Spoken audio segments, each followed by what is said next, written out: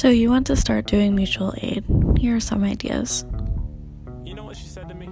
Make bags of tampons to give directly to houseless folks in your community if they want them. You can also bring people food and snacks. We dumpster and clean ours. Dumpster dive for purposefully slashed clothes. Repair them and give them to someone.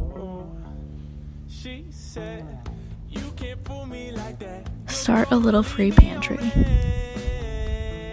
Here's something that you can do right now to reduce your participation in extractive capitalism. Part 2. One of the most helpful and empowering things that you can do is get involved in local mutual aid. I'll explain how to get involved in a moment, but first, what's so cool about mutual aid is that it provides an alternative system for meeting people's needs outside of the capitalist market economy.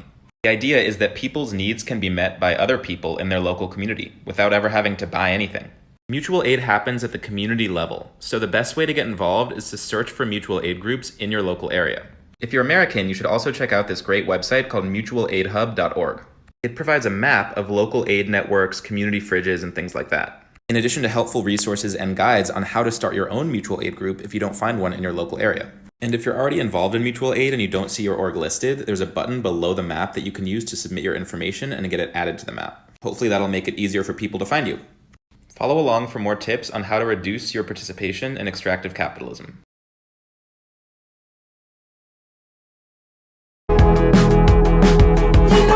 It's not the same as it was, as it was, as it was. You know it's not the same. Here's a peek into my community garden and some features I like and ones that can be improved upon. I really love how my garden is not gated but open to the public to stroll through and enjoy. The cost of renting a garden plot is low, only $20 for the entire season. Many plots create excess produce. Instead of going to waste, food donation programs have been set up. While food production is the goal of most of the plots, you are free to grow whatever you want. Some gardens only grow flowers. The more native, the better, and pollinators love it. We also have a great composting system run by volunteers. Okay, here are things I don't like. We can improve on harvesting rainwater and water conservation. We only have one raised bed. Raised beds help people with accessibility needs, so it would be great if we added more. Research also shows that community gardens increase property value, and we're seeing it here with old homes being torn down and new builds being put up in the area. Gentrification, anyone? It's not that I don't know what to do, it's I don't know what to do first. See, I said that and then I went to the grocery store, which snapped me back into the reality of who I am. Girl, the answer is mutual aid. Yeah, you do as many things as you can, but if you only have the hope, the time, the energy, or the patience to do one, mutual aid is the one. Mutual aid is regular people getting together to meet each other's needs, with the understanding that the system we live in is not meeting those needs, and that's why we have to do it. Yeah, I can't just tell you to go Google mutual aid because most of the definitions you find leave out that very important part. Anyway, the whole reason why I was at the store is because I'm going to be keeping my cousins for a little bit over the summer because their AC is out. And these companies really did just hike the prices up thinking that we wouldn't notice. Whenever I'm in front of a politician, I don't ask them about their policies. That's on their website. I ask them, how much is a gallon of milk? And why should I vote for you if you don't know? One time I asked a lady why she was supporting this anti-queer restaurant. She looked me dead in the face and said, because I'm hungry. Regular people, we just trying to eat. So mutual aid, then we add on to that. Here's what I wish I knew when I started the Free Art Supply Closet. I wish I knew how many people were looking for a place to give away their gently used art supplies. I wish I knew that people were willing to purchase art supplies to be given away for free. And mostly, I just wish that I'd started sooner. Mutual aid tip. If you want donations from a business, bring up the Good Samaritan Act. It says that businesses can't be held liable for good faith food donations. So they can give you any extra food and you can cook or distribute it to anyone who needs it. Why is mutual aid better than charity, you ask? Or you didn't ask, but I'm going to tell you anyway. For many reasons, but one of them is that mutual aid assumes that we all have something to give and we could all use a little help, while charity sets up a power dynamic between the giver and the receiver. As I was filling fridges this morning, I noticed some food left over from someone who had filled it previously. Normally I clear out some wilted potatoes or something, but these were 3 plates of saran-wrapped chicken.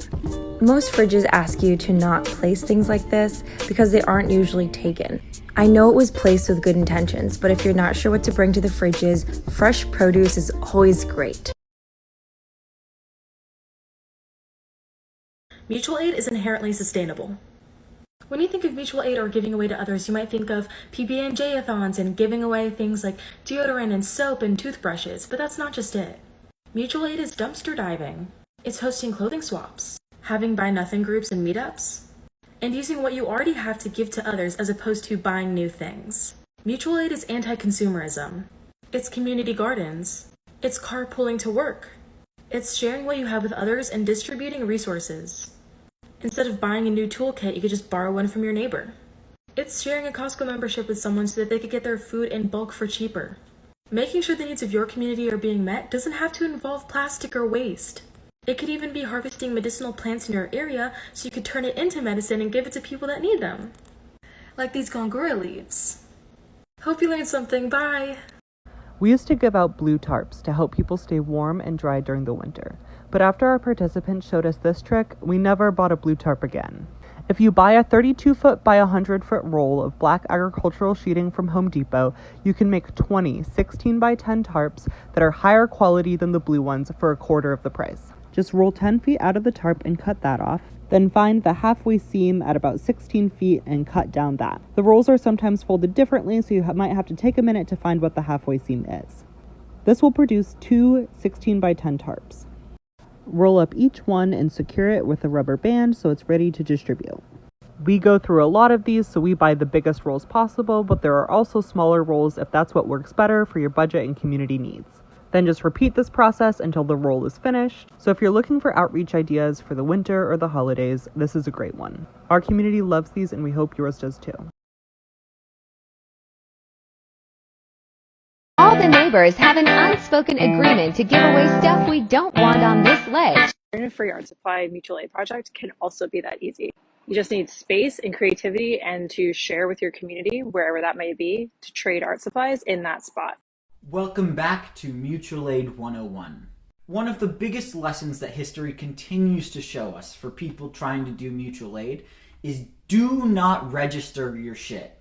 Stories come out all the time of 501c3 nonprofits being shut down by local governments. Most recently, Milwaukee. Food is Free Milwaukee was servicing 100 families at the time of its shutting down, but it was ordered to shut down over contamination charges that many people are skeptical about their legitimacy. Read, they probably didn't happen. But the problem is, it's a nonprofit. When you register mutual aid under a nonprofit, it's going to be regulated like a nonprofit. And guess who the people who write the 501c3 laws are?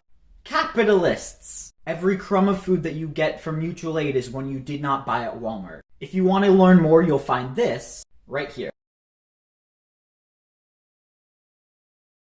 Let's talk about Mutual Aid by Dean Spade. The full title of the book is Mutual Aid: Building Solidarity During This Crisis and Next. Dean Spade is a super rad organizer in Seattle and a professor at Seattle University School of Law. The book is split into 2 parts, the first part being what is mutual aid and the second part on working together on purpose. Like the title suggests, the first part is really looking at how mutual aid networks have sprung up during COVID, the history of them, and how we can maintain them and grow them going forward. The first part is like super informative on global context of mutual aid networks, what they are and what they aren't, and like really digs into the nonprofit industrial complex. Second part is a lot more practical and looks at charity versus mutual aid and gives you help and like guides on stuff like group culture, how to handle money, conflict, collective decision making, things like that. It's really good. It has like flow charts and all of this stuff just to like really lay it out and like how do you start a mutual aid network or maintain one. Dean Spade also created a like reading guide to go along with it, which I found really helpful as I was reading it, and it's really short. It's only 148 pages, and again it has like very like tangible guides in it. I have found it super helpful just like in my own organizing and would literally recommend this book to anyone. How to mutual aid. Find out what your community needs most and start small. For us, it was toiletry bags. We started asking folks for toiletry donations. We would then make as many bags as we could and pass them out at Houseless Hubs weekly. Once we perfected this, we moved on to another easy donation item, clothing.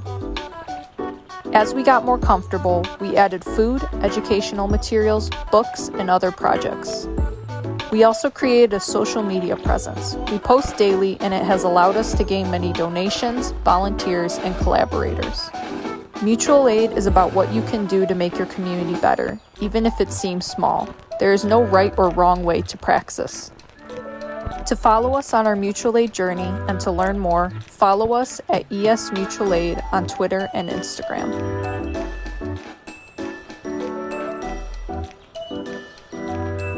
Anarchist cooking tip. Eggplants add texture and bulk to a light dish. Be sure to salt and press your eggplants before cooking. Keep in mind that the skins may cause discoloration. Skin them first to avoid this. Voila! You are always catching up. You are always reporting on your life and asking other people questions to hear their reports. Or you're celebrating, because that's often when we get together, which is fine, but reporting and celebrating are only like two types of ways to be with people. I think because of this, I find that we manufacture social situations in which we're doing things together, like taking a road trip or playing a board game. So we like invent stuff to do together, but we don't actually help each other with like living. Another thing that's really unfair about all of this is that it's really unfair to people who are single. It's worth watching the rest of that video. The creator is amazing. And it is deeply unfair for single people to have to rely on this sort of leisure activity definition of friendship that we currently have. Because the way capitalism and our amatonormative culture is structured, friendships are seen as secondary or tertiary to your primary romantic partner and your job and all of the other things you have to fulfill to be a good citizen. So friendship is at the bottom of the list. It's something that you're only supposed to engage in your off time, your free time, your leisure time. So of course there's pressure on friendships to be fun and exciting and leisurely. You're not supposed to rely on your friends for any substantive care or aid because that's up to the primary romantic partner to fulfill all of your care, financial, and emotional needs. So it feels like too much to ask our friends to engage in any substantive activities with us, any activities of daily living, any chores, errands, things that are mundane, boring, humdrum, even though these are the things that we actually need help with, and you can still bond with someone while you're engaging in these activities. It's especially important that we don't engage in our friends to the detriment of our primary romantic partnership. We can only hang out with our friends once we've already fulfilled all the duties and obligations of the primary romantic partnership. Because that's the serious business of life, right? Friendships aren't serious, they're just fun.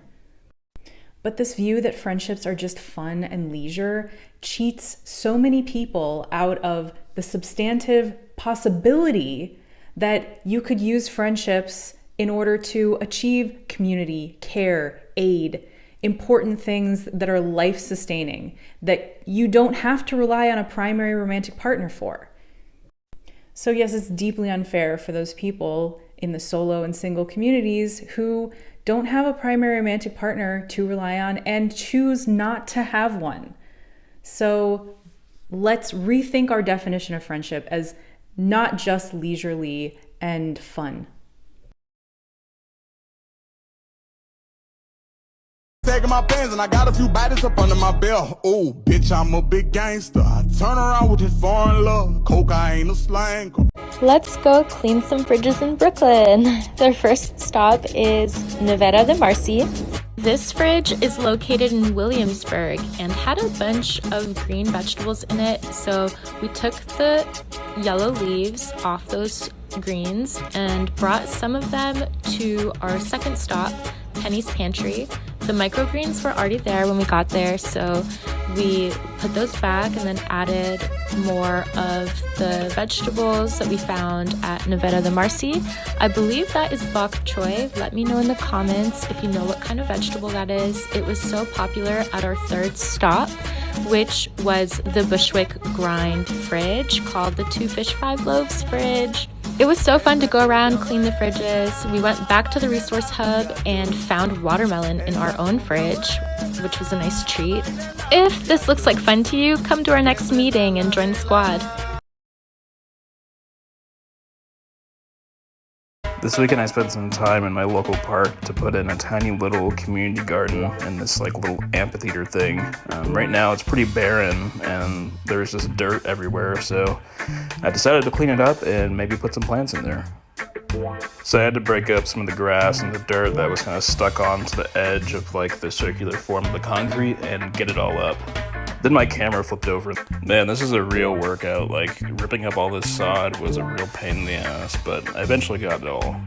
So then I hand-tilled some of the dirt just to break it up because it was like really compacted and it came out in these huge chunks, so plants won't really grow very well in this. I wanted to be sure that I maintained the soil composition as best as possible and not like disturb the topsoil as much as possible, but I had to break it up and just get it all nice and loose. So I took all the compacted soil that I'm going to use for another project in the park later on, and I took that out so that way I can make room for good soil. Then I added my own soil mixture, nice and fluffy, and I added those to the beds. And then I just had to put the plants in.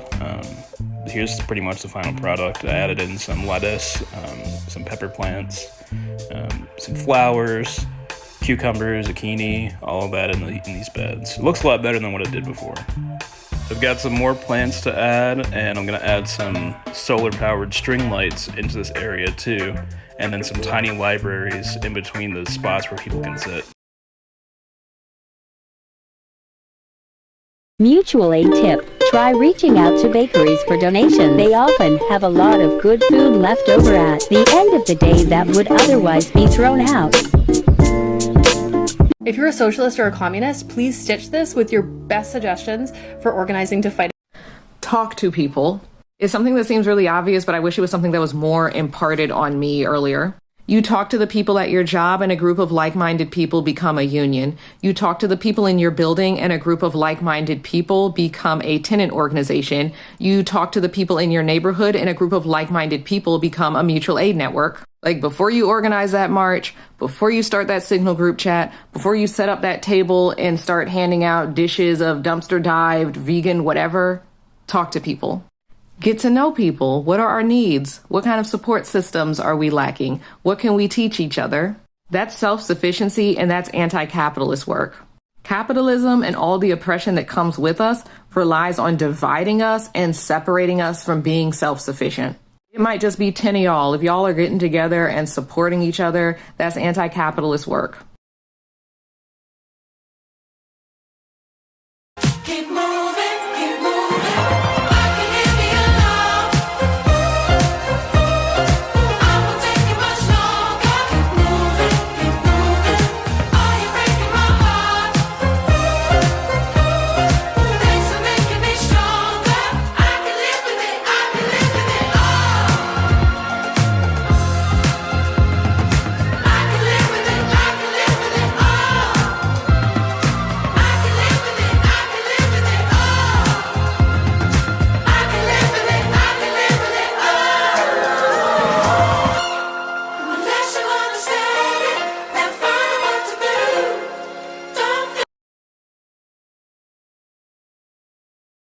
Is competition just human Darwin's nature? Famous dictum, survival of the fittest, to human societies, Huxley and his peers had concluded that existing social hierarchies were the result of natural selection or competition between sovereign individuals and were thus an important and inevitable factor in human evolution. Kropotkin attacked this conventional wisdom when in 1902 he published a book called Mutual Aid, A Factor in Evolution, in which he proved that there was something beyond blind, individual competition at work in evolution. Kropotkin demonstrated that species that were able to work together, or who formed symbiotic arrangements with other species based on mutual benefit, were able to better adapt to their environment and were granted a competitive edge over those species who didn't or couldn't. In today's metropolitan societies, people are socialized to see themselves as independent, self-sufficient individuals equipped with our own condos, bank accounts, smartphones, and Facebook profiles. However, this notion of human independence is a myth, promoted by corporations and states seeking to mold us into atomized and easily controlled consumers, concerned primarily with our own short-term well-being. From the Great Pyramids commissioned by the pharaohs of ancient Egypt to today's global spanning production and supply chains, the primary function of the ruling class has always been to organize human activity, and everywhere that they have done so, they have relied on coercion. Under capitalism, this activity is organized through either direct violence or the internalized threat of starvation created by a system based on private ownership of wealth and property. Capitalism can inspire people to do amazing things, as long as there is a profit to be made. But in the absence of a profit motive, there are many important tasks that it will not and cannot ever accomplish, from eradicating global poverty and preventable diseases to removing toxic plastics from the oceans. These monumental tasks require a change in the ethos that would connect us to one another and to the world that sustains us, a shift away from capitalism towards mutual aid. It can be seen in neighbors coming together to organize a daycare collective, and in the aftermath of disasters such as Hurricanes Katrina and Sandy, when in the absence of state institutions, perfect strangers rush to one another's aid. It can be seen in the bravery of the white helmets of Aleppo, who risk their lives to pull children from the collapsed ruins of buildings hit by Assad's barrel bombs. Imagine a world in which human activity was not organized on the basis of ceaseless competition over artificially scarce resources, but the pursuit of the satisfaction of human needs, and you will understand a vision of the world that anarchists seek to create.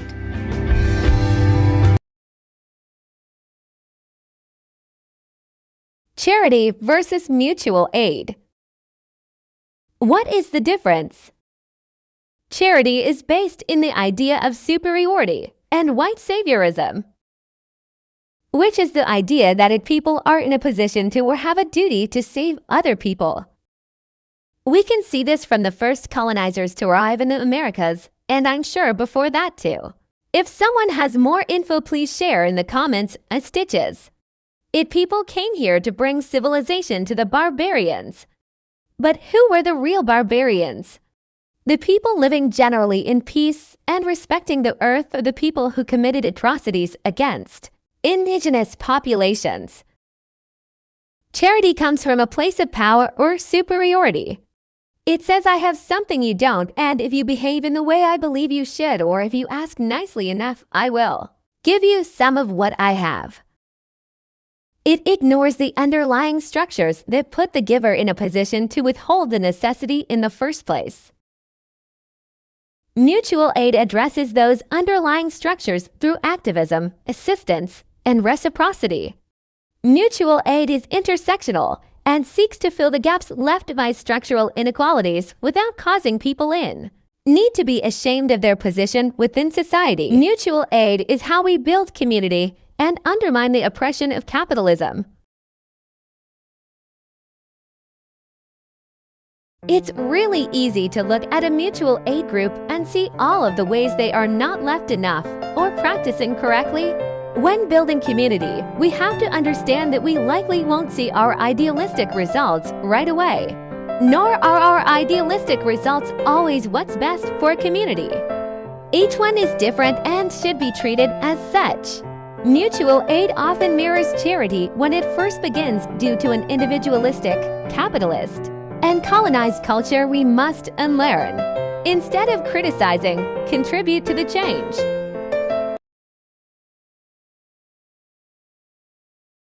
Hello, welcome. I'm gonna go do some mutual aid on Skid Row, so come with me. So first thing I'm gonna do is go to World Harvest. That's this really cool food bank / store. You can buy stuff in the front, and then in the back there's these carts, and you can fill them up for $40, and you can fill them up with as much as you can. So you can see me squeezing in some limes. We kind of get whatever they have, and then we fill up our cars. I know my car's disgusting. I also teach surf lessons out of the back, I know. But we get whatever we can find, and then we make whatever we can with what we have. A lot of us store food in our own homes, and so today you'll see that I use some potatoes, and those were frozen from last week. week, but here's me carrying it all into my little apartment.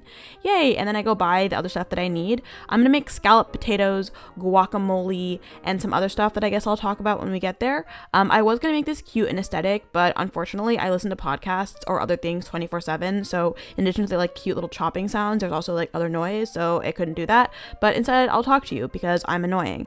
So all of the food you can see me making in this video is for this org called City Hall Sessions, or CHS, in Los Angeles, which is committed to kind of fighting for the unhoused people of LA. And so one of our big things is on Friday, we serve food free of cost with kind of no stipulations in Skid Row on 6th and San Pedro. And if you're in LA, I would love to have you come down and join us. It's something really kind of rewarding in a lot of ways, and it's a really cool community building activity that I do. But also LA has taken this really aggressive attitude against houseless people, which involves a lot of sweeps and clearing people out of places that they've lived for a very long time. And while obviously we don't want people living on the street, if you're just displacing them for no reason, that's absolutely horrific. And so we also fight against that and work with a lot of other community orgs to kind of spread awareness about issues and protest. So you can see us setting up on our corner. We also got a bunch of donations of packaged food, so we'll hand that all out today as well.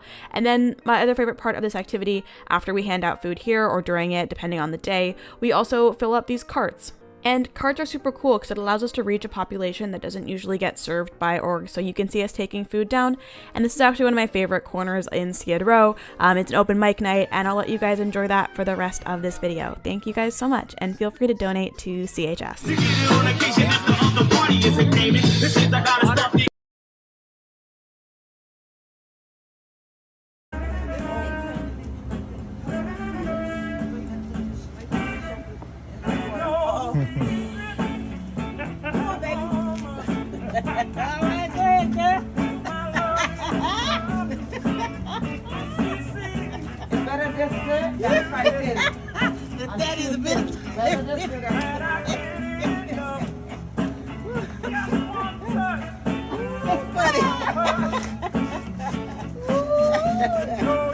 Good old days, yes, Lord. Good old days.